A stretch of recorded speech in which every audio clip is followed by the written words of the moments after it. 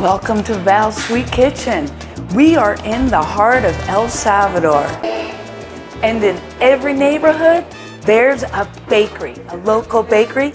Today, Isabel is going to show us what goes on inside. Let's go take a look. Let's go have some fun.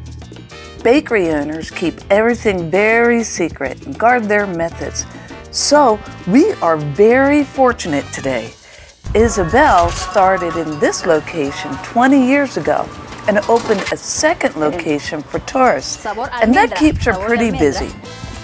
Isabel told me her recipes and baked goods were passed down through generations of bakers in her family.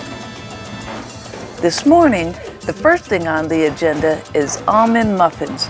She has made so many of these that she can scoop out the exact amount needed to fit perfectly in each cup. Then she tops them off with slivered almonds, and this is how they look fresh out of the oven.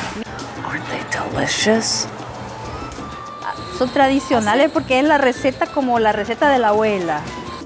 Her recipe for her Salvadoran quesadilla is nearly 80 years old, and she's been baking it herself since 1980. And just a note here, Salvadoran quesadillas are nothing like Mexican quesadillas with cheese. El negocio es familiar, viene de abuelo, mamá, nosotros, es familia, sí, es familia. Viene de muchos años, sí. They are a small cake, and the baking method is a process of mixing and resting and then baking. They are a crumbly, delicious cake with a hint of almond. She is starting a batch right now, and the batch has to rest for 30 minutes. We couldn't get the rest of the process because it's a secret, a very guarded secret. Here, they make cinnamon rolls every day, and they fly off the shelf. And it's all made from scratch, starting with folding the butter into the dough, which is a puff pastry, and folding and folding. Panaderias like Isabel's are integral parts of the culture and community. Bueno, en El Salvador, el pan es una cosa que es muy típica. En la mañana, todas las familias compran pan francés para el desayuno. Y sí, es muy típico el pan francés. Y por las tardes, normalmente, casi todas las familias a las 3 o 4 de la tarde toman una taza de café con pan dulce.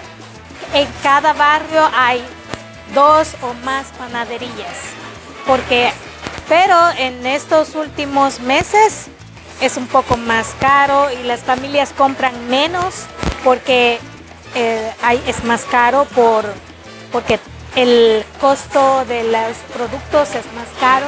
También tradicional local. Hay pueblos que tienen un pan local tradicional. Vicenta also explained that some bakeries will send their workers out on bicycles to sell sweetbread along the neighborhood streets. I spotted some fresh jelly rolls resting near the ovens. Those are a tradition here in America as well. My 1901 Sloan's Hints and Up-to-Date Cookbook has a recipe for one. I should make a video of that. Subscribe to my channel and be the first to find out when it's released. Sweetbread, pan dulce, means a shared time with family and friends. Ask almost anyone from the region and they have a cherished memory.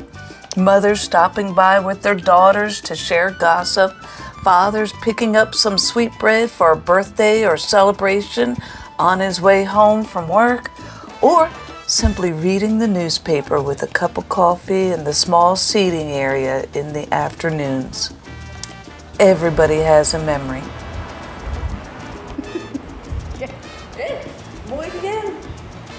Gracias. I hope you had fun today. If you did, give it a like, subscribe to my channel, The next time you're in El Salvador, stop by Isabella's and tell her you saw this video. She will be so delighted.